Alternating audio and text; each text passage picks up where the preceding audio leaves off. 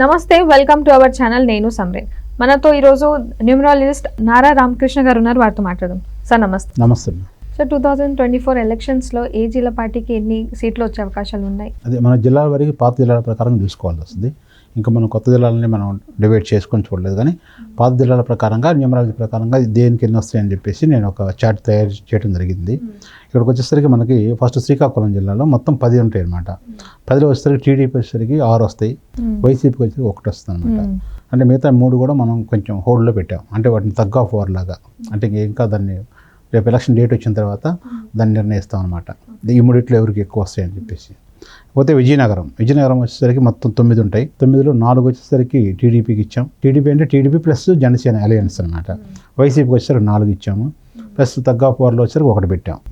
ఇకపోతే విశాఖపట్నంలో మొత్తం 15 ఉంటాయి.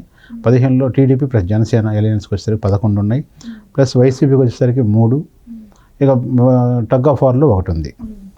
పోతే ఈస్ట్ గోదావరి మొత్తం 19 సీట్లు ఉన్నాయి. 19లో 12 వచ్చేసరికి మనకి టీడీపీ ప్లస్ జనసేన పార్టీకి ఇచ్చాం. వైసీపీకి వచ్చేసరికి 3 సీట్లు ఉన్నాయి. ఇక 4 సీట్లు వచ్చేసరికి తగ్గ ఆఫ్ వార్లో ఉంచాం, హైవుడ్లో పెట్టాం అనమాట. వెస్ట్ గోదావరి వచ్చేసరికి మొత్తం 15 ఉన్నాయి. 15లో 7 వచ్చేసరికి టీడీపీకి ఇచ్చాం, 1 వైసీపీకి ఇచ్చాం. మిగతా 7 వచ్చేసరికి వాటిని హోల్డ్లో పెట్టాం అనమాట. హోల్డ్లో అంటే మనకి ఇంకా పూర్తిగా రిజల్ట్ నాకు న్యూమరాలజీ ప్రకారంగా ఇంకా రాలేదు. అది రేపు డేట్ వచ్చిన తర్వాత ఎలక్షన్ డేట్ దాని ప్రకారం చూసి చేస్తాం అనమాట. ఇకపోతే కృష్ణాలో వచ్చేసరికి మొత్తం 16 ఉన్నాయి. 16లో వచ్చేసరికి 11 వచ్చి తెలుగుదేశానికి ఇచ్చాం, 4 వైసీపీకి ఇచ్చాం, 1 తగ్గ ఆఫ్ వార్లో పెట్టేశాం. పోతే గుంటూరు వచ్చేసరికి మొత్తం 17 సీట్లు ఉన్నాయి. 17లో 10 తెలుగుదేశం పార్టీకి ఇచ్చాం, ప్లస్ జనసేనకి 2 అలయన్స్కి. 4 వచ్చేసరికి వైసీపీకి ఇచ్చాము, 3 వచ్చేసరికి హోల్డ్లో పెట్టేసాం. అంటే 4 హోల్డ్లో ఉన్నాయన్నమాట. ఇకపోతే ప్రకాశం జిల్లా వచ్చేసరికి మొత్తం 12 ఉన్నాయి. 12లో వచ్చేసరికి టీడీపీ ప్లస్ జనసేనకి 4 ఇచ్చాము, 2 వైసీపీలో ఇచ్చాం, 6 ఇంకా నాకు పూర్తిగా టాలీ రాలేదు.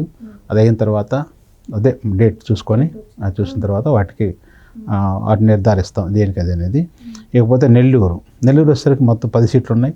10లో వచ్చేసరికి 4 తెలుగుదేశం పార్టీ ప్లస్ జనసేనకి ఉన్నాయి, 3 వచ్చేసరికి వైసీపీకి ఇచ్చాము, 3 వచ్చేసరికి తగ్గ ఆఫ్ వార్లో పెట్టేసాం. ఇకపోతే కడపలో మొత్తం 10 ఉన్నాయి. 10లో 1 తెలుగుదేశం పార్టీకి ఇచ్చాం, 6 వచ్చేసరికి వైసీపీ పార్టీకి ఇచ్చాం, ఇక 3 వచ్చేసరికి తగ్గ ఆఫ్ వార్లో పెట్టేసాం. ఇకపోతే కర్నూలు అనేది 14 ఉన్నాయి మొత్తం. 14 వచ్చేసరికి 3 తెలుగుదేశం పార్టీకి ఇచ్చాం, 4 వచ్చేసరికి వైసీపీ పార్టీకి ఇచ్చాం, 7 వచ్చేసరికి హోల్డ్లో పెట్టాం. వాటిని తర్వాత డేట్ వచ్చిన తర్వాత వాటిని తీసుకుంటాం, అంటే ఎలక్షన్ డేట్ వచ్చిన తర్వాత. ఇకపోతే అనంతపూర్ వచ్చేసరికి మొత్తం 14 ఉన్నాయి. 14లో 6 తెలుగుదేశం పార్టీకి ఇచ్చాం, 4 వైసీపీ పార్టీకి ఇచ్చాం, 4 వచ్చేసరికి హోల్డ్లో పెట్టేసాం, తగ్గ హోల్డ్లోకి ఇచ్చేసాం. చిత్తూరులో కూడా 14 ఉన్నాయి. 14లో తెలుగుదేశం పార్టీకి 4, వైసీపీ పార్టీకి 3, 7 వచ్చేసరికి వాటిని హోల్డ్లో పెట్టేసాం, అంటే దీంట్లో తగ్గ ఆఫ్ వార్లో. మొత్తం వచ్చేసరికి మనకి తెలుగుదేశం పార్టీకి పక్కాగా వచ్చే సీట్లు 83, వైసీపీకి వచ్చేసరికి 42, హోల్డ్లో పెట్టినవి మాత్రం 50 సీట్లు ఉన్నాయి. అది తర్వాత మళ్ళీ అన్నింటినీ డేట్ వచ్చిన తర్వాత దానికి ప్రధాన పార్టీలు ఉన్నాయి కదా, వాటి యొక్క పార్టీ నామ సంఖ్యలని ప్లస్ ఈ బర్త్ నెంబర్లు, డెస్టినీ నెంబర్లు, ఎవరైతే ఉన్నారో టీడీపీ ప్లస్ జనసేన పార్టీ అధ్యక్షులు వాళ్ళ యొక్క బర్త్ నెంబర్లు, డెస్టినీ నెంబర్లు తీసుకొని, ప్లస్ వైసీపీ పార్టీ అధ్యక్షుడు జగన్మోహన్ రెడ్డి గారి యొక్క బర్త్ నెంబర్, డెస్టినీ నెంబర్ తీసుకోవటం, దాన్ని ఆ ఎలక్షన్ డేట్కి మొత్తం టాలీ చేసుకోవటం, ప్లస్ ఏ అయితే కాన్స్టిట్యూషన్లో 50 ఉన్నాయో ఆ కాన్స్టిట్యూషన్ ప్రతి కాన్స్టిట్యూషన్ ఒక నెంబర్ ఉంటుంది. ఆ నెంబరు ఈ నెంబర్లను టాలీ చేసుకొని ఎవరికి రావడానికి అవకాశం ఎక్కువ ఉందని చెప్పేసి అయితే తర్వాత మనం నిర్ధారణ జరుగుతుంది. ప్రస్తుతానికైతే ఇది చార్ట్. ఈ 13 జిల్లాల ప్రకారంగా మనం ఇచ్చిన సంఖ్య ఇది.